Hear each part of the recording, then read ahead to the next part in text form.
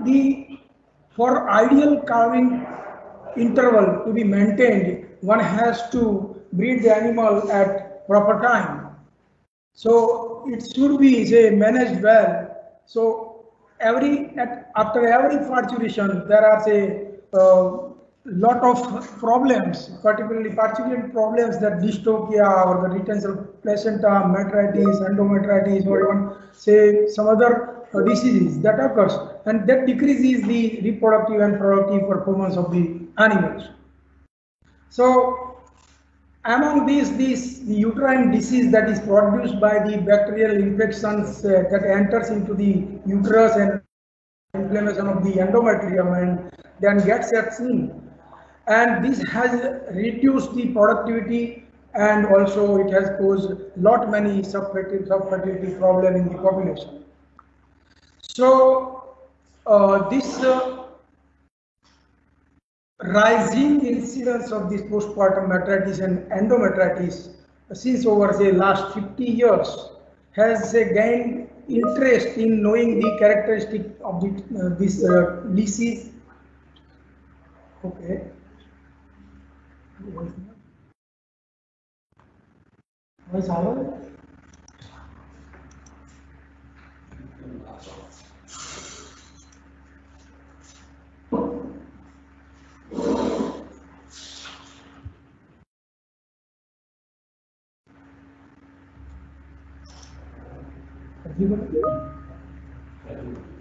So it has gained the interest as because there is a lot of increase during this period of 50 years.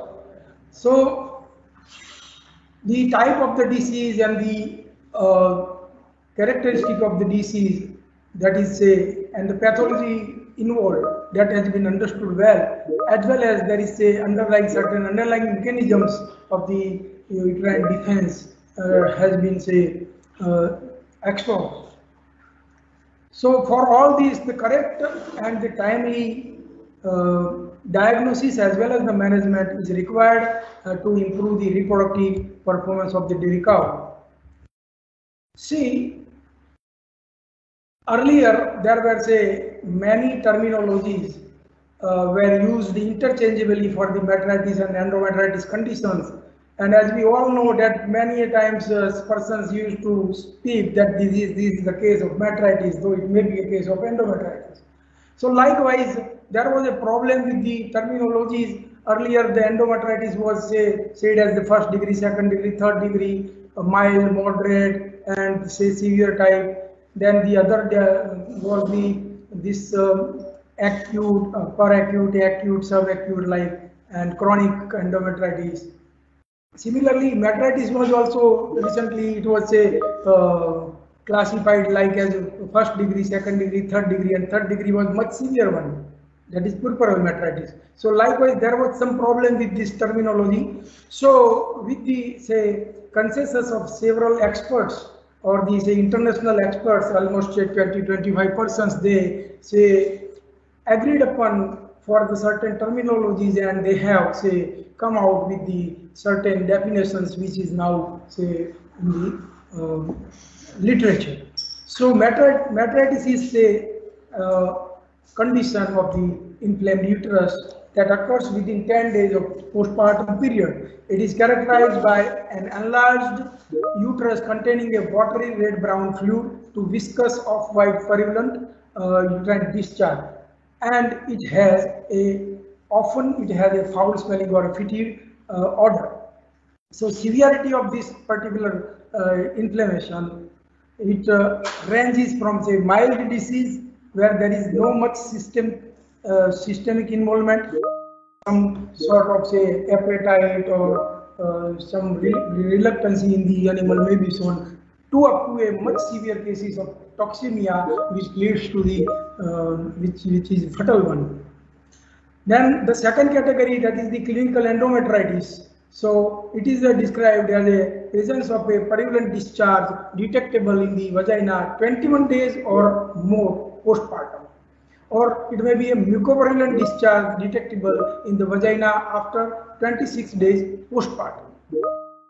So the incidence of these conditions varies between, say, breed, country, and herd. No doubt, 21% of has been, say, documented, but this includes the RFM cases also. And similarly, the clinical endometritis incidence have been reported to be in between 10 to 20%, and say 16.9% have been, say, reported by the LeBlanc. Third category, which has now been, say, limelight, that is the subclinical endometritis. See, whenever there is the absence of pus, it doesn't mean that everything is normal. There is a cytological equilibrium, and it is associated with the reduction in the fertility of the animal. So, but yet the etiology of this subclinical endometritis is not so clear, because there is no infection many times, there is no pathogenic bacteria, but the issues are much related with the resolved bacterial infections and the immunopathology related issues, and even the aberrations that has occurred during this postpartum period, and then its repair and regeneration process, as well as the molecules that are, say, released at the time of the defense mechanism that may be taking a role in the inflammatory product. So subclinical disease is defined by the proportion of the PMNS cells, polymorphonuclear neutrophils, defined thresholds of the cells in the sample collected by flushing the uterine lumen or by endometrial cytobrush. In the absence of clinical endometritis, so at a particular time, or say at 35 to 40 days of postpartum, for a 5% threshold. So next condition that may occur during this postpartum period and hinders the uterine involutory process, normal process of, say, gaining the normalcy. So this is the accumulation of the purulent of the mucopurulent material within the uterine lumen, and there is a distension of the uterus. It is well known to everybody that corpus luteum is present and cervix is closed, but sometimes with the functional closure also, some leakage may be possible and pus may be discharging through the cervix into the vaginal lumen. Almost 2% of incidences may be recorded, and this pathogenic bacteria, they grow fast when mostly after the formation of the first corpus luteum. Sonographically, if we see, this pyometra is characterized by mixed echoic density fluid. Uterine lumen distension is seen, and usually there is a presence of the corpus luteum and ovary. So now coming to the population of the bacteria that are found, or they are usually, say, isolated from the uterus of the most of the cows during postpartum period. As we know that there is always a great contamination, or say some injuries, and the infection enters, and infection is always there. Say there is infection, then again there may be the elimination and reinfection, etc. So at all period of postpartum there may be the bacteria present, and that has been shown here in this chart. So the incidence days postpartum have shown that the up to 20th day, say this the peak of the metritis cases is at around 10th day, and then it subsequently goes down. But a major proportion of this subclinical endometritis exists in the population. So it declines, the endometritis cases declines. Mostly you can see that after, say, when there is a first postpartum ovulatory heat, this nearly to 30 to 35 days, this declining in the cases of the endometritis. So normal endothelium is then restored, and particularly these markers, each marker is shown in the white area. They are actually the circle indicating the percentage of the animal with bacteria isolated from the uterine lumen. Studies, and at a particular spot, if you see at a particular day of time, there are the percentage of animal which are having the bacterial isolates. So for this bacteria to get entry, so one of the determinant for establishing the uterine disease, it is the risk factors, and this risk factor is associated with the different factors like the damage to the uterus, metabolic stress, deficit in hygiene. So this it is interesting here that the later one, the deficit in hygiene, has been shown to have a least importance in say certain epidemiological models while quantifying these factors. So most important and frequently that that is related to the uterine infection as a risk factor, it is the trauma or the damage to the uterus, which is likely to occur at the time of parturition, that may be due to the dystocia or stillbirth or the many other procedures, even retention of placenta. So the normal postpartum period, so during parturition to completion of uterine involution, that is the postpartum period. So almost a time period of say 40 days is say required, or say required for completion of these events of the postpartum period. So uterine involution first, then the regeneration of the endometrium, return of ovarian cyclicity, and the main thing, that is the control of pathogenic bacteria in the uterus. So this is to be completed before the cow are likely to be a subject for the insemination. Then if this is not resisted, that is failure in resisting these pathogenic microbes, this endometrium will say have the disease, and the problem will arise. So involution, particularly it is driven by the uterine muscular contraction. There is a turnover of the extracellular matrix, and then the necrosis and sloughing of the uterine caruncles, and regeneration of the epithelium. So normal uterine involution, one should know when we palpate that this should occur, and there is difficulty in inserting the hand by 24 hours after parturition, and only 2 fingers will be possible to enter after 96 hours. And this uterus gets much involuted, and it can be covered at its entire length by 15th day. And by say somewhat say 26th or up to 30th day, say it is almost involuted, but even though there is some difference in the size, that the previously gravid horn is somewhat longer and wider as compared to the previously non-gravid horn, and there is a parallel change with the changes in the dimensions. The weight of the uterus decreases from 9 kg at parturition to up to only 1 kg by 30-day postpartum. So here are some photos that can you observe how they look at 5-day postpartum. When we palpate, we should not confuse it with some other condition if the you are not knowing the history of the animal or something like that. So thumb ruggy, the thumb ruggy, that is corrugated type of surface that is observed, it is palpable at this stage, and there should not be any gross accumulation. Fluid, most of the fluid must have thrown out during this time. So there is physical reduction normally that occurs, but here the third picture that shows there is non-involuted caruncle still present in the.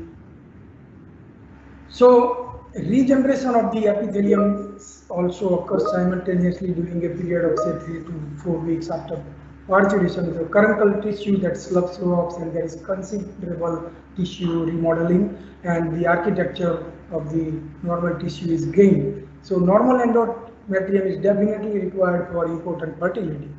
At the same time, there is a return to the ovarian cyclicity. It is needed. Just after parturition, as we know, there is a basal value of the steroid hormones. Both the hormones are low, E4 and P4, and this P4 and the E2, and there is a subsequent recurrent increases in the FSH concentrations every 7 to 10 days, and this is followed by observation of a dominant follicle of measuring more than 8 mm at around 10th day, and this dominant follicle will ovulate or it may not ovulate. It may become atretic and there may be arising of the second dominant follicle later on, or it may turn to become a cyst even. So at this time, if there is anything abnormal happens, that is the, say, if there is a deficiency of the LH plus frequency, or if there is a lower level of the estrogen secreted by the ovarian follicle to evoke a response for the ovulation, so this will, say, cause the problem with the return to the cyclicity. So in dairy cattle, as you see, among many other factors, this metabolic stress that is most often associated with this negative energy balance. It is the main cause of the reduced LH pulse frequency, and that can have a effect over the ovarian cyclic activity. Again, looking to certain abnormal thing and normal thing, see this lochia. It is the discharge that occurs during the early period of the postpartum up to 12 days or so. So one should recognize that this is the normal thing. It is odorless and having the blood, mucus and detritus. So there is absence of infection. Another photo, it is say retained fetal membrane, say that may attract the infection and may produce the metritis as a most prominent predisposing factor for the infection to get settling. And another is the classical bovine pyometra photographs, and the fourth one, that is having the cervical discharge or the mucopus that indicates the uterine or a cervical infection. So these are old photographs, but good to see. Now the most important part, that how this infection gets in, and this schematic outline of the factors that contribute to the postpartum uterine health. So after parturition, the anatomical barriers of the vulva, vagina and cervix, they are, say, breached, and there is a introduction of the bacteria into the uterus, including the pathogens, along with the bacteria that constitute the uterine microbiome. So uterine microbiome, so it is now interesting here that this previous belief that the uterus is sterile at other than puerperal period, but it has been observed that there are, say, sparse microbiome observed during the pregnancy even in the animals. So pregnant animals, they also bear, and that too has been identified by using the probes that can detect this infection, and these infections have been identified as the Troperella organisms, and this some anaerobes also. So this is surprising thing that their microbiome is present, and even some RNA gene sequencing has been also performed to know this fact. So this happens, but however, there are say certain tissue factors, as we know that the mucus, vaginal mucus, some glycopeptide peptides, and the pH of the vaginal mucus itself, and the antimicrobial peptides, they help in countering this bacterial invasion. So if bacteria or their pathogen associated molecules such as LPS, suppose this Trupperella pyogenes, it say have the this pathogen associated molecules, and these molecules are identified by the pattern recognition receptors of this host, and they have a reaction, or they attaches and they produces the certain interleukins or certain substances by this innate immunity. So this innate immunity is very prompt, and that may occur and may evoke an inflammatory response. So that is then there will be say increased expression of the complements, the calgranulins and active phase proteins to counter the infection. And again, the chemotaxis that will say attract these neutrophils and the macrophages to the infection site. So all together with this inflammatory response evoked by the innate immunity, as well as the another thing, that is the damage produced by the bacteria. That damaged cells that has leakaged into the extracellular portions, which is again a new thing to be identified by this recognition receptors of the host cells, and so that will also evoke another response, and that the interleukins that are produced within the cell, they will be produced outside the cell. So again, this type of effect due to the pilosing that is produced by this Trupperella organism, and the effect over the host cell, that will damage the endometrium, even up to this stromal part is damaged. So this uterine infection not only say disturbs this, damages this endometrium, but it also disturbs the endocrine signaling in the hypothalamus pituitary gonadal axis, and thereby the secretion of the gonadotropins. It also have an effect on the ovarian follicle growth and function, and even this steroidogenesis by the follicle, and it reduces the oocyte quality and germinal vesicle breakdown failure.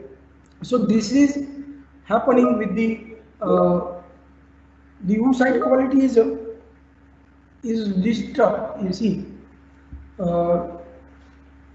as we know that from primordial follicle to the formation of the this ovulation, from primordial follicle to say release of this ovum, it takes almost say 120 days period, and during this postpartum period there may be say some exposure of this oocyte to the pathogenic molecule or the inflammatory mediators that may have say affected the oocyte quality. And so this is not only concerned with the particular animal, but its progeny too. So this is alarming that this kind of reactions that occurs, and it has been now evolved out. So there are certain report that meta-analysis carried out on 10,000 animals. They have shown that the this postpartum metritis increases the time to first insemination by 7.2 days, and there is reduction in the conception rate to first insemination by 20%, and there is increased calving to conception interval by 18.6 days. Similarly, another experiment with the clinic increase in time to 7 days and has been observed. Cows with metritis that has the cow has faced that between 20 to 30 days postpartum, where more likely to be culled due to the reproduction. It has been reported. So bacteria isolates that has according to that potentiality of the pathogenicity. So pathogens which are known to cause the endometrial lesion is the first one, the E. coli, Druperella, Prevotella, and Fusobacterium. These are known bacteria which produces the endometrial lesions. And certain potential pathogens which are listed here, and other contaminants which are not there in the uterus but they are likely contaminants of the uterine lumen. So diagnosing the condition earlier is very important. So when we palpate the animal, and usually during rectal examination, we may say miss or may unnotice the discharges that is lying in the vagina, or sometimes it doesn't come out. So almost 50% of cases they may have some sort of say vaginal mucus or some discharge, some abnormal discharge, and that may not have been collected or may not have been observed. So by insertion of a speculum or by a clean glove hand into the vagina, this is done, and it facilitates the collection of the fluid. No doubt there is some risk that we may further contaminate the uterus, but we have to take care in not contaminating the uterus, and evaluate. You can evaluate the characteristic of the discharge, its say odor, etc., and we can collect it and score it, and we can predict the severity of the disease and the likely success rate of the treatment. So even during examination, we can also check for the any damage that has occurred to the vagina or cervix. So that may be a obstetrical injury. There may be cervicitis or the vaginitis that can be detected. So discharges that has been collected frequently from the animals with metritis have first in the uterus and ranges from red, brown, watery exudate that contains certain fragments of degenerating fetal membranes or to up to a off-white mucopurulent material. The newly designed and much useful in collecting the vaginal discharge to identify the cow in endometritis instrument that is having a long steel rod, and at one end there is a rubber diaphragm which is inserted into the vagina, and while taking out it is angled 45 degree upward and taken out, and so has to collect a large quantity of the vaginal discharge whenever it is present. So this discharge is then scored, and scoring is done on the basis of, say, if there is no color. If it is clear or translucent, it is graded at 0. Mucus containing flecks or off-white pus, that may be a score 1. Then those having the less than 50% white or off-white, that is score 2, and more than 50%, then it is a 3. So likewise it is scored, and this is according to this score, these animals, if they are used to know the treatment success, then they are treated at around, say if in particular experiment 300 animals were treated at around 21 to 28 days postpartum, and again after 2 weeks the same procedure was performed to know the presence of this colony forming units. So if it has cleared or it has converted now to a score 2 or score 1 or score 0, then it shows the treatment efficacy. So treatment success that can be graded, and this is very useful thing, and in the field level even it can be performed, rather at least by looking to the character of the vaginal mucus, as it has a good relation, that may be important. Another, that is along with this the collection procedure of the mucus, the another important thing, it is the right side test. So this is to know the degree of infection, and this is a better test for applying in the field. So it is a bed bedside test, you can say. So external cervical mucus of 1 ml quantity and the sodium hydroxide of 1 ml quantity 5 to 10%. It is mixed and it is heated to the boiling point, and it is then cooled and observed for the color intensity. There is turbid or no color, then it is a normal. If there is a light color, that indicates a mild infection, and if it is dark yellow color, it indicates severe infection. So these are several tests that we have performed in our department. Say it is a good indicator of the infection, and it is also say correlated with the bacterial cultural examination.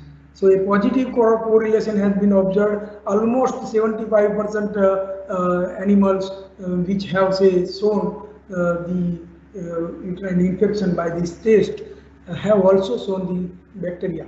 So this is a good correlation, and that's why this test can be easily performed in the field also, and one can know about the severity of the infection even.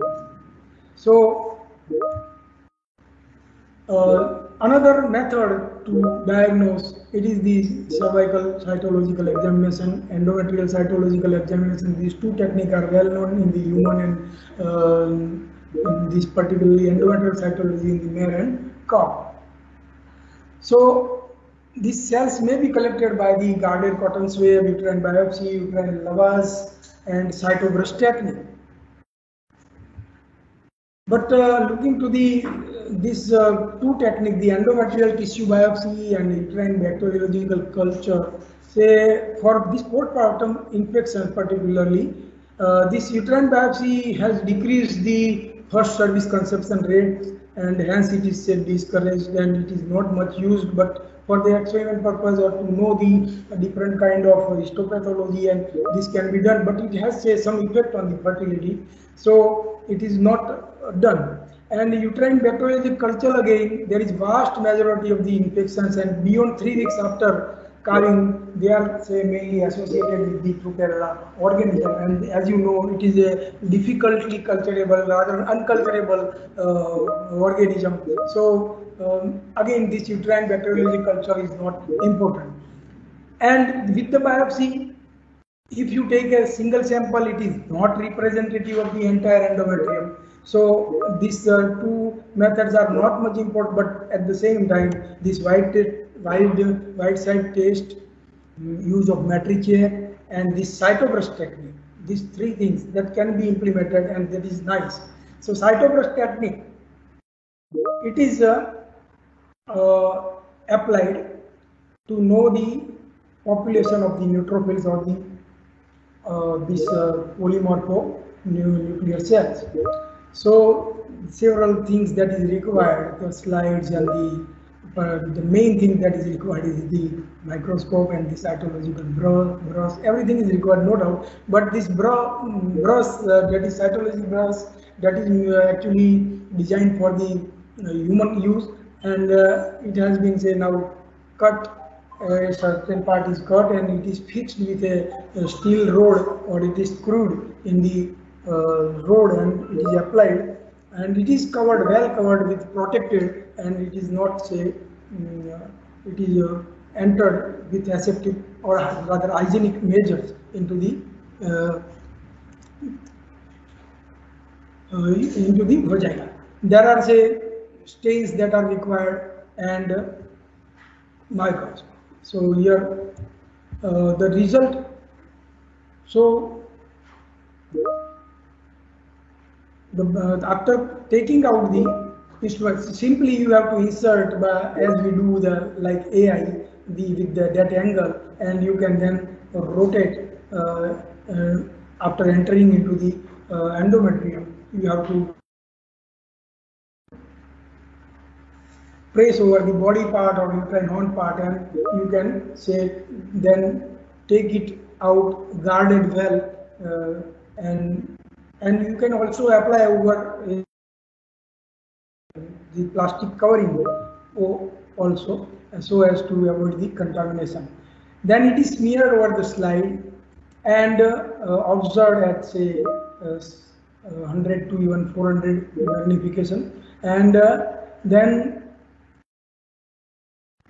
it is smeared, and this is stained with the EM. This is actually, first you have to fix the slide. Fixing, if it is done in the field, you have to fix, and you have to reach to the laboratory within 2 hours. You can carry out GIMSA staining or EMB staining, and then you have to observe. I am hurriedly going, so this has happened. So this is we have to count the as many as 300 cells. So the population of this neutrophil is to be counted. So there are say certain that has been set at particular period or the time or the day after postpartum. So according to that threshold, if this neutrophils that exceeds, that indicates the subclinical endometritis. So here there are some photographs showing the presence of the neutrophils and the epithelial cell, these endometrial cells. So this is the work that has been carried out in the department, and it has been observed that there was higher prevalence in the subclinical, indicating the subclinical endometritis with the presence of more number of the frequent number of these neutrophils at 21st and 30th day postpartum in the buffaloes, and that was related with its conception. So it was conceived beyond 90 days, that showed more number of neutrophils. Another method that can be adopted to collect this mucus, that is uterine lavage, and this is by syringe and catheter. You can infuse the 60 ml of the 0.9 sodium chloride and aspirate it back, and centrifuge is used. There are say cytosines are available nowadays. So these cells, they will be sedimented, and this sediment is streaked over the slide, and again the same procedure, you have to air dry, that fix and stain, and then evaluate. So this is done.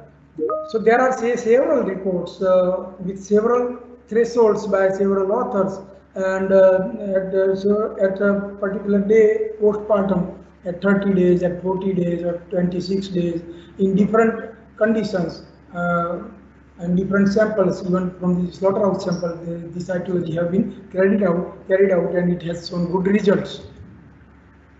One person, he has also carried out the Whiteside test.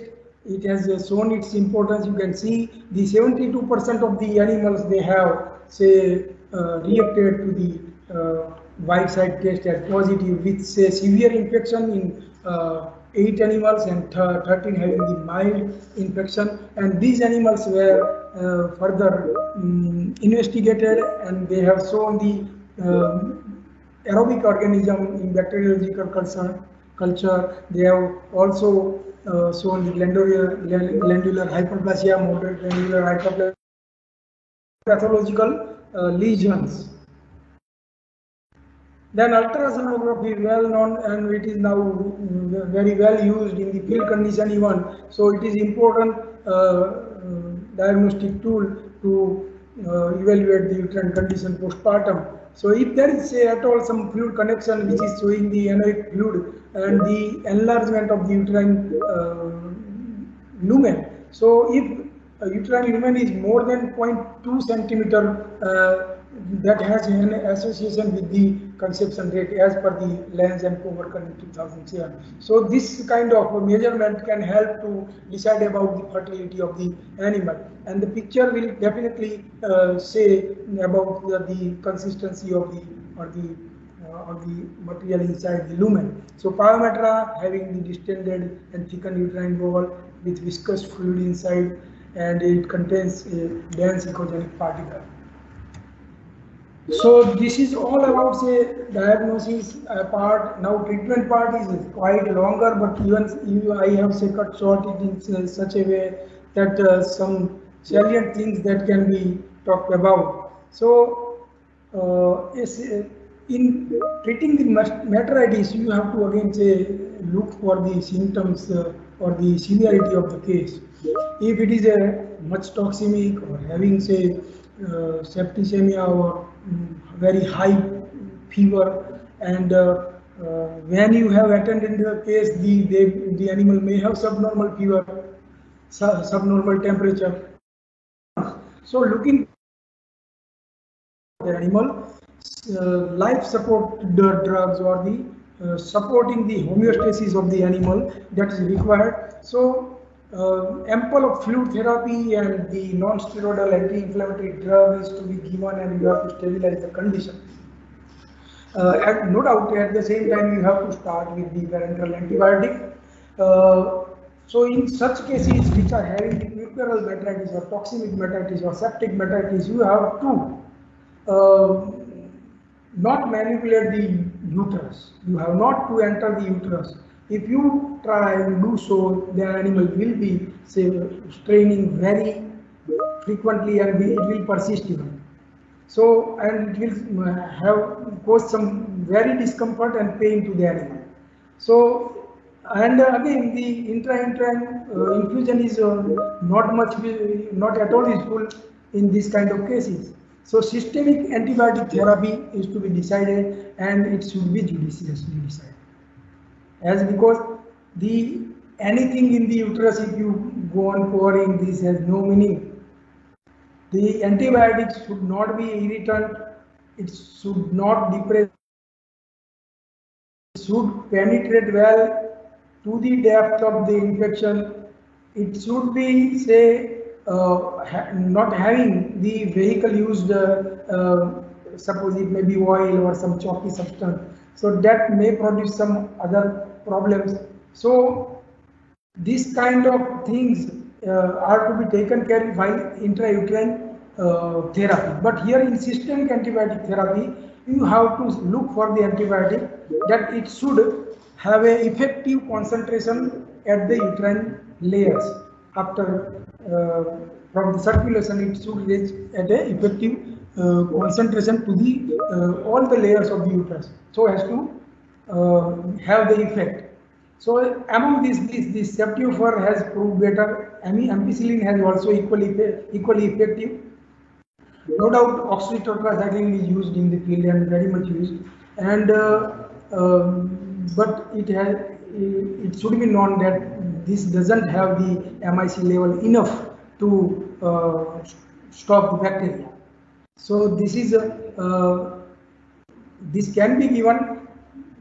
The usefulness is that it can be given at higher concentration. So it is given, and some prefer intrauterine as well as IV infusion. But even though certain organisms like Truperella organism, that is actually Actinomyces pyogenes. Previously, this is organism Actinomyces pyogenes. Then it is named as. It is not effective. Drug oxytetracycline is not effective at all over this organism, and the disease is mainly due to this. So, to some extent, this therapy may help, but the preferred one is the ceftiofur or the ampicillin and even penicillin. But penicillin has some safety issue, the food safety issue rather. It requires the withheld period for the milk as well as the milk. This PGF2 alpha and oxytocin and the estrogen, they are not much beneficial as per the reports, and as well as the effect is not there in disease uterus. Some prefer the uterine lavage. Sorry.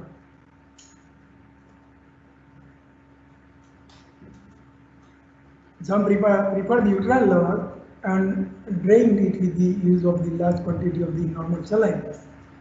And then, after flushing, well flushing, they introduce the 5 grams of soluble oxytetracycline. But this is again an alternative that can be used. Then the ample the fluid that is almost 2 to 2.5 liters of the 7% saline. Several other remedies to take care of the this. Endotoxins. One can use the flunixin meglumine, so it is drug of choice. Whenever there is written fetal membrane, you have not to remove it manually, and even you have not to place the antibiotic inside, because If there is no metritis or no any problem, then you have not to go for these things, because it will hinder the putrefaction process that is well needed for the dissolution of the membrane. So unless and until there is a no metritis involved or complications involved, we have not to treat the RFM cases. It is because it has alone, if it is RFM, you have to wait. It doesn't have much effect on the future fertility of the animal. So one should go for the therapy if needed. It will be in the same line of the treating the metritis case. Endometritis of different severity, but again there are certain percentage of the animals, they are having the self-cure. 33% and 46% of the animals, they have been reported as a spontaneous recovery. So one has to wait for at least 3 weeks postpartum for treating such type of mild or say some cases of endometritis, which can say spontaneously recover. Well-known drug that is used in endometritis it is to increase the uterine defense mechanism, and this is particularly required in endometritis cases. So PGF2 alpha intramuscular injection at the dose rate of 0.25 milligram can be given. This intrauterine infusion can work. So in endometritis cases, again the same thing as I told, that it should penetrate via and it should say have effect over this tuberella. So the best drug is cipafirid. No doubt some other antibiotics may have some usefulness, but not to the extent that cipafirid gives. Then Pavmetra, well known, the lutiolytic dose of this PGF2 alpha, if it is given, there is uterine evacuation within say 24 hours of the treatment, and the stress behavior even may be shown by the animal after 3 to 4 days. But again, some animals, they may have some occlusion in between because of this material or exudate, and may require the other attempts to flushing and giving the medications. As Dr. Suthar sir has told that the homeopathy has some importance. Similarly, no doubt the homeopathy treatment might have a good role, because the author of the therapeutics of veterinary homeopathy and repertory, Dr. Madhav, he has successfully treated many cases by allopathy with homeopathy. Along with this treatment of this allopathic treatment, our treatment, we can say in challenging diseases, whenever it is there, we cannot opt for. But along with that, we can go for, he has mentioned many drugs. So when there is fever, aconitum 6, when there is toxemia, belladonna 1M, when there is say high temperature and respiration is affected, echinacea 30, then Sabina 30 in retention of placenta, as well as when there is a blood stain discharge. Sickle cord 30 when there is prolapse uterus along with the metritis. Laches is 30 in toxemia, and when there is a blue discoloration of the visible part. So this can be helpful. So we can think of later in the future. So this is about the uterine disease. So what can we do? There are certain questions that this uterine disease has say increased to such an extent that it is alarming. So at least we can say have some early identification by appropriate intervention that may increase the positive outcome. So we should observe the animal, we should go to the animal, we should say take care of the animal. That may be helping some way to build up the immunity.